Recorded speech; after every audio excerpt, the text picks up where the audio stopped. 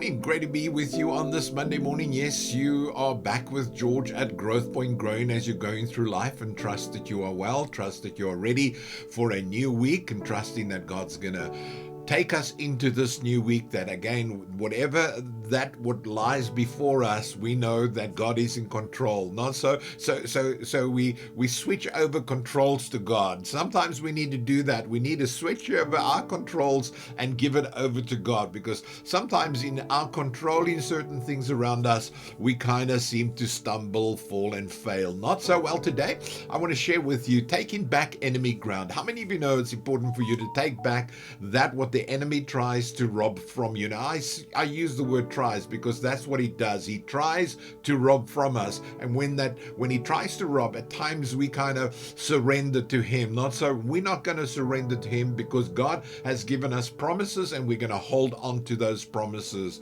Today, as we look at the condition of the world, the one thing that is very notable, the devil is a destructive spirit and has an agenda to destroy that what God has created. Now, I wanted you to pick up in the story of Elijah. There is a story found in 2 Kings chapter 4 of Elijah the prophet, who would stop over at a Shunammite's house, who built a special room for him. She noticed that he had the route that he took. He took this route, and she decided, well, I see him passing by. He stops over. I'm going to build for him a little room, and that room will be his room. And in this, what he does for her, or she does for him, he prophesied that she would fall pregnant and give birth to a son, which became a reality. As the years passed, one day the boy went out with his father to the fields, developed a headache while being with his father, returns the child to the mother, and while the mother being comforting the child on her lap, the child dies. In her grief, she goes and finds the prophet with the news that her son, which was promised by God to her through him as a prophet, now is dead. Elijah returns with her and there finds the boy dead, laid out on his bed in the room built for him. I want you to note what she did.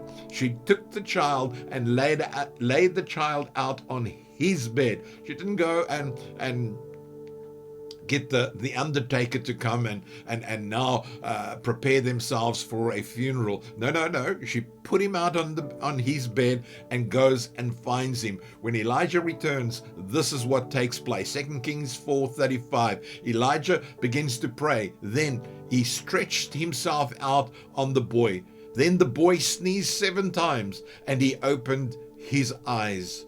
Elijah refused, like the Shunammite, refused the devil to rob from him and the Shunammite woman that which God had promised them. This was the promise given to God. I want you to hold on to the promises of God. Notice this. This is what happens when Elijah prays for the child.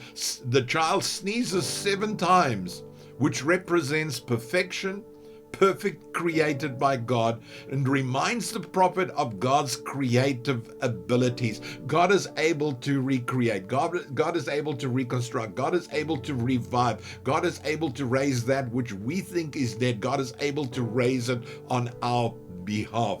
You see, 7 means perfection in the Bible.